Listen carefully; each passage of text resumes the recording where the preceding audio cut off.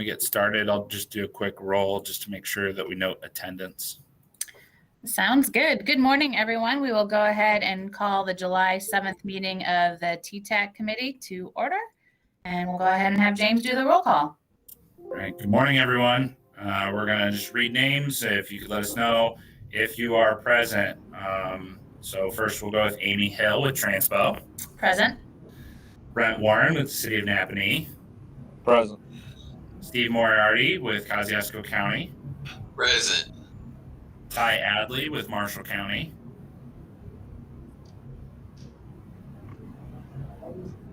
David Armstrong with NDOT Fort Wayne District. Present. Ryan Klessman, City of Elkhart. Present. Josh Corwin, City of Goshen.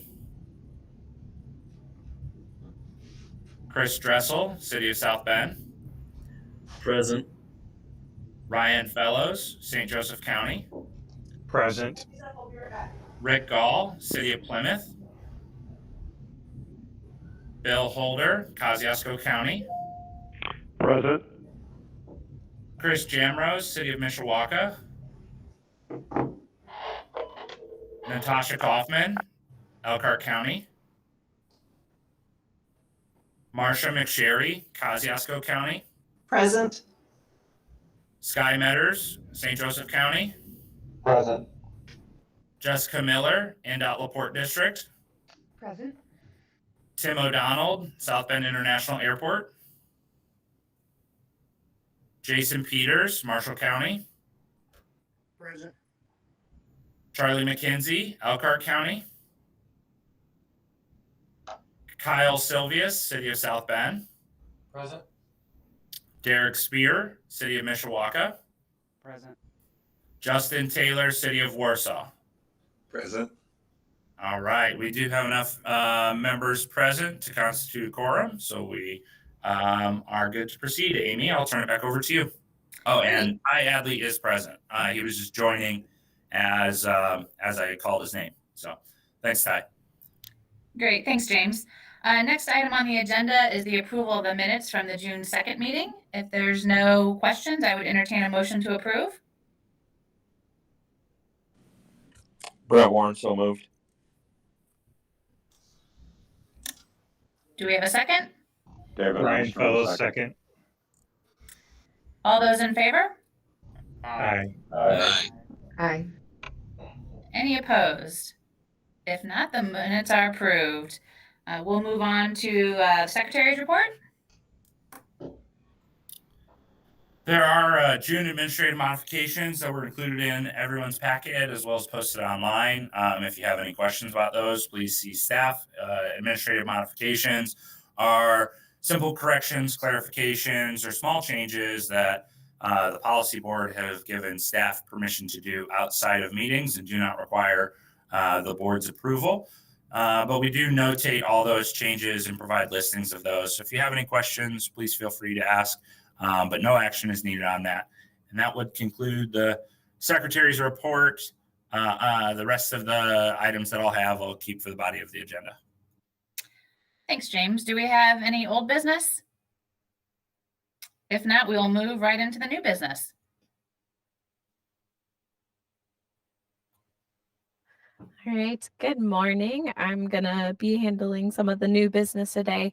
I just wanted to make a quick note that we're testing out a restructuring of our resolutions. And so I will go through all of the transportation resolutions first and then move on to transit. Another note on your agenda, we had originally included Elkhart County Bridge 233 on the agenda that was sent out. However, that project was included in May's agenda, and so we'll skip over that one and start with item B, which is Bridge 227 on South Hand Street over Walnut Creek in Kosciuszko County. This project had a change in scope, moving from bridge rehab and repair to bridge replacement, and also the federal funding is being increased on the project.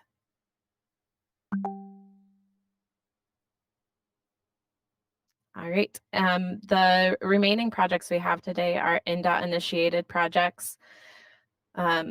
Item A is on US 33 from County Road 40 to Monroe Street in Goshen. It's an added travel lanes project, and this particular item is adding in PE for that.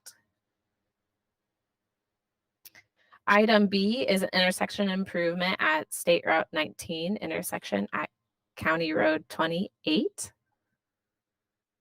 adding in PE. And then items C through I are all HMA overlay projects.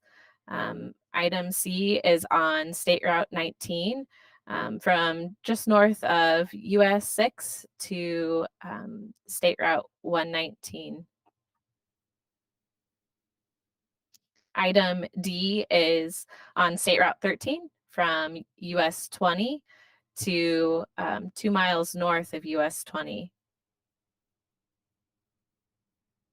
Item E is on State Route 14 in Silver Lake, and it spans just west of State Route 15 by a quarter mile to a half a mile east of State Route 15.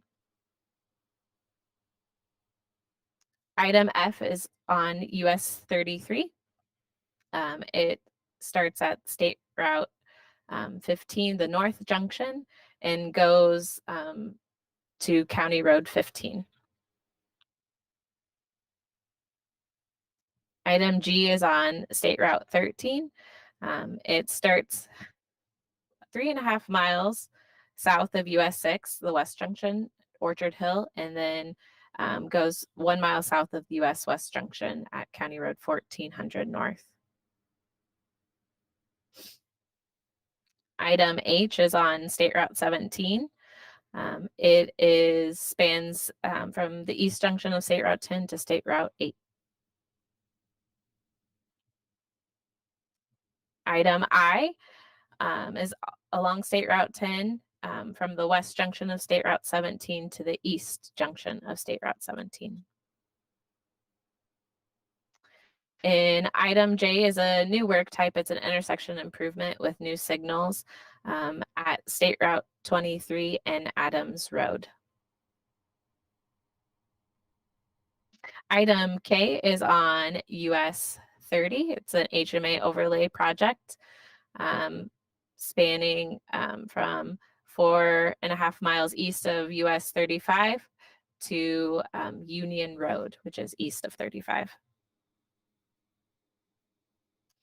Item L is an HMA overlay project. It's on State Route 933 from Ash Road to Bittersweet Road. And the last transportation initiated item is M. It's on State Route 933. It's from Bittersweet Road to State Road 331. If there are any questions, I'm happy to take them. And if not, I would ask for your endorsement of Resolution 27-21.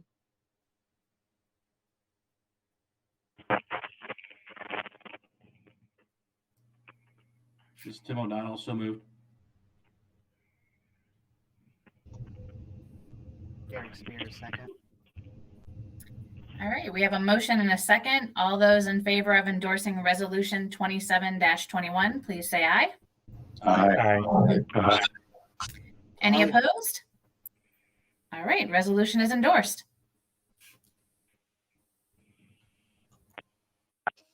We have Transit Resolution 30-21. This is programming Section 5310 funds for transit administration and the purchase of less than 30-foot vehicles. This source of funding is used particularly for transportation related to seniors and individuals with disabilities. Originally, Transpo had been administering this program, and this year MACOG plans to administer the program. So we are looking to put out a call for application call for projects soon to request or to solicit app projects for this source of funding. So this is something that we'll be doing on an annual basis. starting this year. James, I don't know if you wanted to add anything to that. Yeah, so essentially what we're doing here is just programming some funds for the administration, and the initial round will be for the purchase of vehicles. The 5310 program, for those not familiar, FTA likes to number all of their programs, but essentially 5310 is for providing services for seniors and for individuals with disabilities. So we'll have a full call for projects coming up, but we do need to get some grant funding programmed to make sure that funds don't lapse. So what we're doing here is programming some funds to make sure that we can put those into a grant, and then we'll have the call for projects at a later date. So that's kind of everything that's wrapped up in Transit Resolution 30-21. So if there are any questions, Caitlin or I could help answer. We could field those now. Otherwise, we would be asking for an endorsement of this resolution.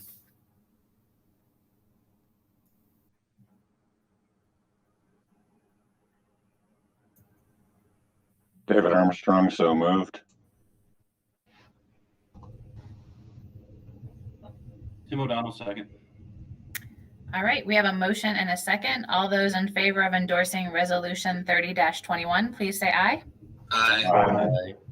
Any opposed? If not, the resolution is endorsed. All right, this next resolution, Resolution 31-21. There's a few housekeeping items kind of related to the new Transportation Improvement Program. So you'll recall that we recently created the 22 to 26 Transportation Improvement Program that was approved by this board and our policy board a few months back. But the state and Federal Highway have talked around at the same point in time that we do the TIP, the state updates their statewide Transportation Improvement Program, so the STIP.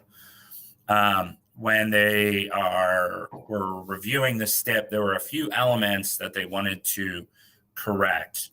These items weren't noted in any comments provided directly to us when our TIP was being improved. So it's not like we missed anything. These are just new items. Things have changed since our TIP has been approved. So I'll walk through kind of each one of these, what they mean and what we're doing and how we're correcting it, so that you can understand what we're asking you to approve.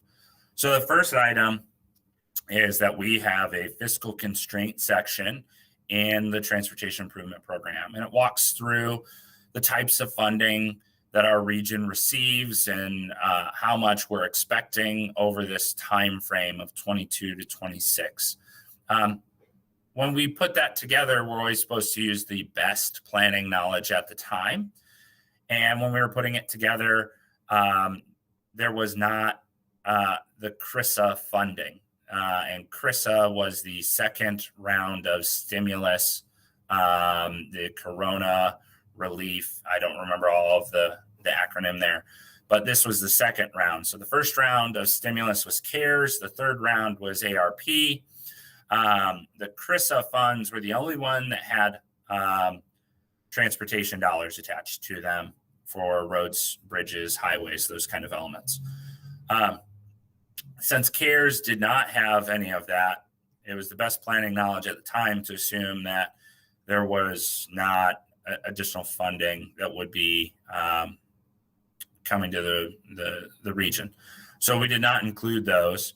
Now that CRISA funding has firm allocations and we're looking to how we would spend those, Federal Highway would like us to go back and include those in the fiscal constraint section. This is not a standard practice. This wasn't done during ARA or the kind of other stimulus rounds. But I think because of how close the CRISA funds came out compared to when the TIP came out is predominantly why Federal Highway wants us to make this change. So in our fiscal constraint, we will add a small little column that shows the CRISA funding. It will only show the CRISA funding that was allocated directly to our region and not any competitive CRISA funds or other CRISA funds that'll be programmed. So this will only be the singular kind of allocation that was provided to our urban area. So that's item 1 within this resolution. Second item is related to updating the estimated, what will be called the estimated total cost. Previously, it used to be called estimated cost to complete. This is a column that we've had in our TIP for close to a decade or more, but it was recently kind of changed in its process, and title-wise should be referred to as estimated total project cost, so that it's in compliance with 23 CFR 450.218I2. I know everybody was curious on the CFR kind of citation, but essentially the estimated total project cost includes an estimated total for all phases of a project. So that's if we're thinking about a project, that's preliminary engineering, it's environmental and NEPA, it's right-of-way, it's design, it's construction inspection, it's utilities, it's all of those phases. So we're trying to have an estimated total cost for all phases. And the main thing here is that there should be an estimate for all of those phases, even if they are beyond the 4 or 5 year time frame of our transportation improvement program. So beyond means that they could be from the time frame before this transportation improvement program or after, because we all know that projects take multiple years to develop, and that if we're only including things in a 4 year or 5 year window, not all the phases might be displayed. So this is supposed to be largely a public information item. This is the way that we've always treated it. And honestly, we were handling it this way. So really we're renaming a column, but NDOT needed to update kind of their practice on how they handled this in the STIP. So they provided us all new numbers for NDOT projects. And so what we're doing here is just updating that informational column in the Transportation Improvement Program, just to be within the spirit of the CFR of what it should be called, which is estimated total costs. So largely this is a housekeeping item, but since it's across every single project, across every single county, we felt as though it rose to the occasion that we should just make sure that we're informing everyone of what this change is. Lastly, the third change here is for the inclusion of emergency events evaluation and what that narrative looks like. So essentially in CFR 2020, Chapter 23.1, Part 667, there is a reference to the fact that the state should conduct periodic evaluations of facilities that repeatedly require repair and reconstruction due to emergency events, and when they utilize permanent repairs with their emergency kind of response funding. And so the regulation defines repeated as 2 or more similar repairs to the facility. And so essentially what we're doing here is, again, in the narrative, we are adding a small section regarding the periodic evaluation of facilities that are repeatedly requiring repair and reconstructions due to emergency events. And so this is a narrative that the state has crafted, as this is a state responsibility, but we are a part of that process. And so we want to make sure that it is clearly articulated in our transportation improvement program.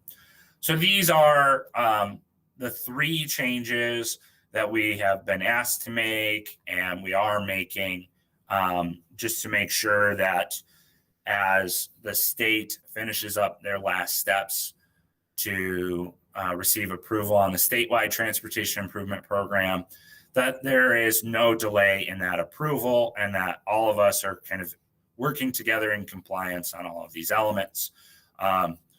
So that's the long and short of what Resolution 31-21 seeks to achieve. I can answer any questions regarding these changes. And having explained it thoroughly, even providing CFR citations, if there are no questions, we would be asking for your endorsement of Resolution 3121.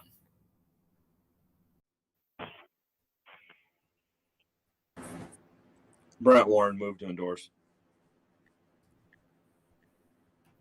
Adley, second. All those in favor of endorsing Resolution 31-21, please say aye. Aye. Aye. Aye. Aye. Any opposed? If not, the resolution is endorsed, and we will move on to staff updates with James. Sure. So first, wanted to make you aware that we have brought on a new staff member, and David is on the line today with us. So David Harker is joining us. He's a few weeks on the job. He is our new traffic data planner. This is a role that we've recently created after some long-serving individuals had recently retired from our office, and so we're kind of combining some positions together. So David's new role will be around traffic data, especially around crash data and doing analysis there. So I'll let David, though, introduce himself. So David.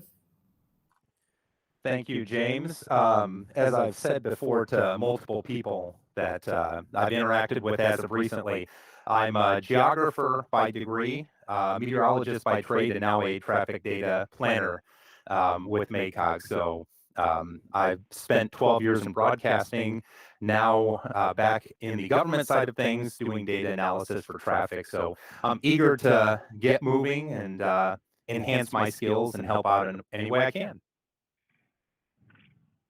Thanks, David. So wanted to make sure that the TTAC was aware of David, starting with MACOG here.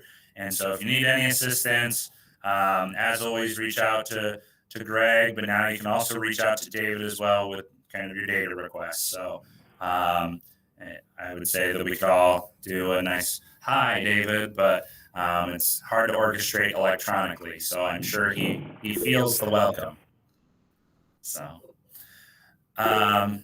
yes, everyone has raised their hand to say hi, David. So all right, there we go. See, nice, it works. All right. So the next item here for the staff update, focusing on another new individual. So Sophia is our summer intern. Sophia has just started with us recently. She's also on the line. So I'll let Sophia introduce herself. Hi, my name is Sophia Gladden. I'm currently a senior studying political science and history over at IUSB. I'm looking forward to graduating and working more in the community as opportunities come around. So we can all do another hi, Sophia. All right, well, yeah. I guess everybody was fine doing it once, but doing it twice might be a stretch. But we're glad to have Sophia on board. So you might see her helping out on various projects this summer with us. So she just started a few weeks ago and has been a great addition to the team. So we're all excited to have her on board this summer. So, all right, our next update here is going to be focused on, I believe, grants, and I will let Ryan take over from here as the much-awaited community crossings call is out. Good morning, everyone. So yes, as James has stated, the 2021 number 2 community crossings open grant is open until July 30th at 5 p.m. this year. So currently open, been working with several communities already, but wanted to put the plug out there that if you needed any assistance, some crash data or traffic data, please reach out to me. And if you haven't worked with the new application, well, I guess it's not so new anymore, but the application that INDOT had created for this specifically, feel free to reach out and we can maybe do a virtual and walk through how that application works. Otherwise, if there are any questions about that, yes, again, reach out to me. I did want to put a plug out there. Payzer scores and road ratings, asset management plans that are so tied to community crossings are due in December, but we try to plan them ahead of time so we don't run short and are able to assist every community that does request help with that. So if well, every year communities need to update those, and we have helped several communities and have a a pretty solid track record with LTAP. So again, reach out to me so that we might be able to plan an opportunity to come rate your roads and maybe build an asset management plan. Good morning, everyone. So I just wanted to give a brief update that as of today, the Interurban Trolley has joined Transpo in offering passengers digital passes through the Token Transit app. So now passengers on the trolley can buy trolley tickets directly on their smartphone, something Transpo has been doing for the past year. We're very proud to be able to partner with Transpo. This has all been made available through a public transportation COVID-19 research demonstration grant program that we were selected for with Transpo to offset the administrative costs of offering mobile ticketing for the next few years. Good morning, this is Elena. I wanted to just give another quick reminder that Crossway Trails Month is going on right now. It officially kicked off on July 1st, and we've had a lot of great participation for both the scavenger hunt and the mileage challenge. We've enjoyed looking at some of the pictures that our communities and residents have sent in with them with our Crossway Trails ducks. We have almost 1,300 miles logged so far in just the first week. And so the quick breakdown, there's about 77 walking miles, 118 running miles, 1,097 biking miles, and then a total of 76 commuter miles. So it's not too late to join. You can always backtrack and log anything that you did starting July 1st leading up to now. If you need the link, let me know. I'd be happy to pass it on. Right now, we have been in the process of doing a regional broadband survey and speed test. If you haven't had a chance, please help us promote this, and you can even do it at your home. The whole concept here is that we're trying to help identify areas where there are where broadband connections and high-speed internet connections are weak or non-existent. Right now, we've had over 1,000 households across the 4 counties fill that out. That was the number right before the 4th of July weekend. So I'm sure everyone was doing the survey and speed tests over the 4th of July weekend as well. But this will be open through July 16th. And essentially what we're trying to do here is that there are going to be a number of state and federal grant opportunities to expand broadband over the next few years. And one of the challenges that our region faces is the FCC put together many years ago broadband maps, and they show where there are weaknesses or non-existent kind of broadband based on the federal standard. The problem with the FCC maps, and the FCC easily and readily admits this, is that they're an overgeneralization. If there is a single provider in like a census tract that provides that speed, then that whole census tract shows that they are achieving the federal standard. And this might not geographically mean that the houses realistically can connect to those speeds.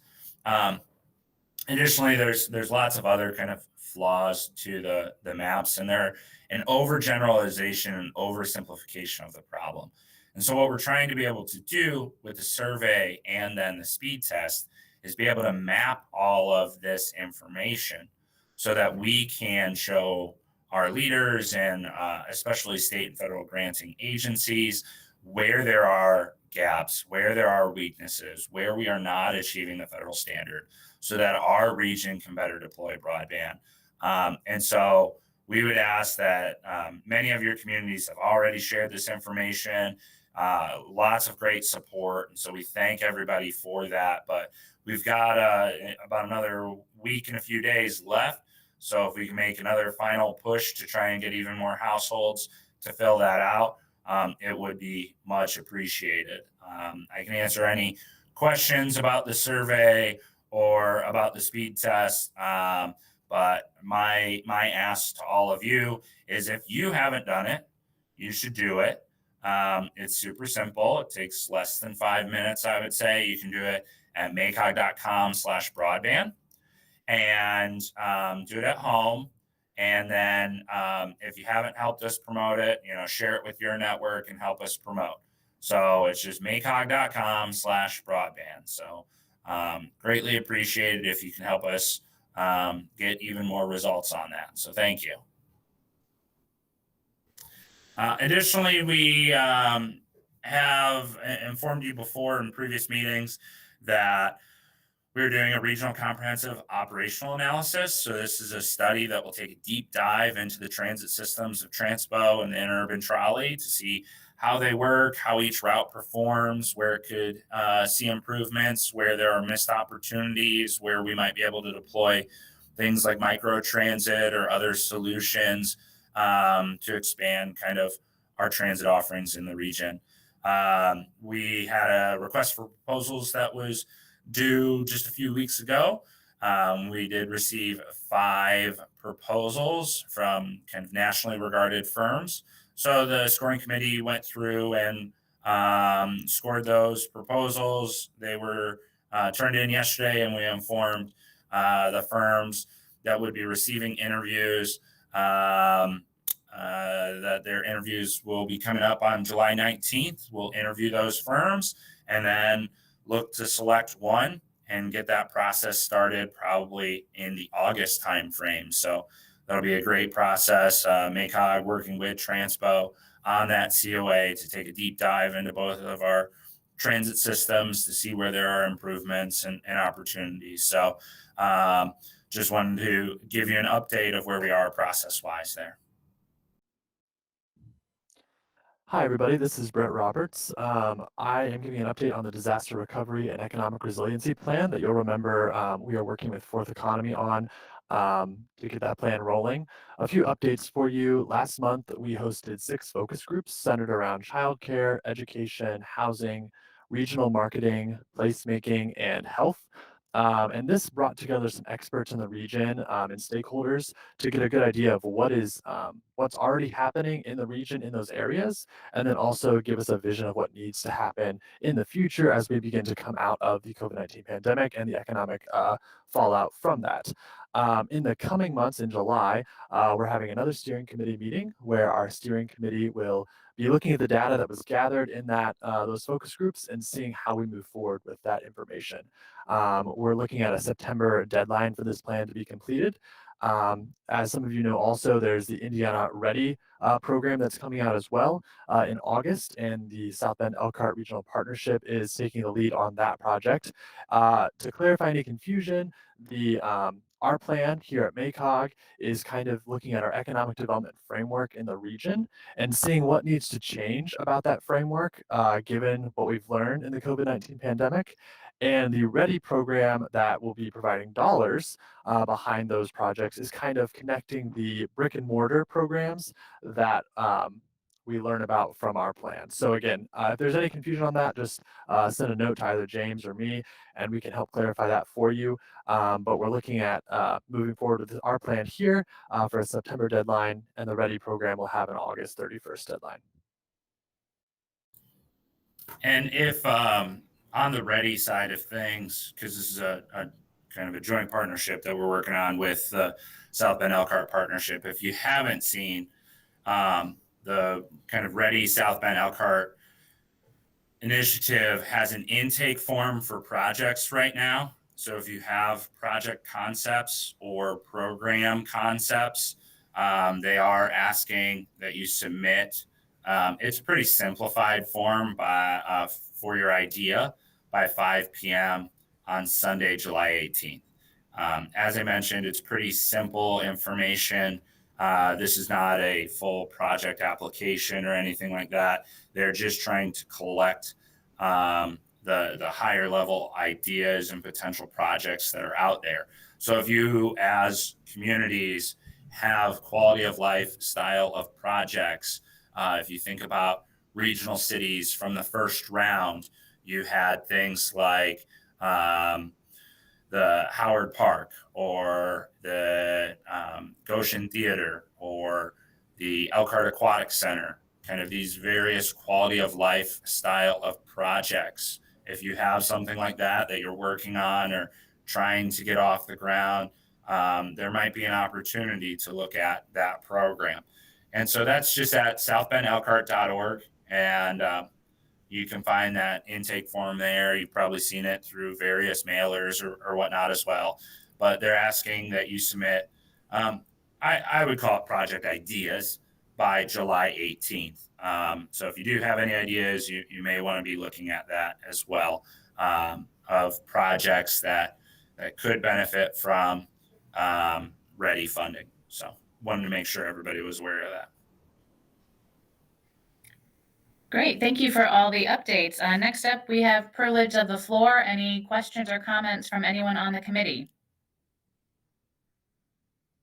If not, we will go into the public comment. James, do we have any public comments? We usually ask that the public email us in advance, as well as then we do offer that they can do YouTube kind of live comments as well. So we did not receive any emails in advance. I'll check with folks on if we got any live comments. James, we do not have any comments right now on YouTube. All right, that sounds good. So that being said, then there are no public comments today. Great, thank you. Then all we need is a motion to adjourn the meeting. Tim O'Donnell, so moved. Hadley, second.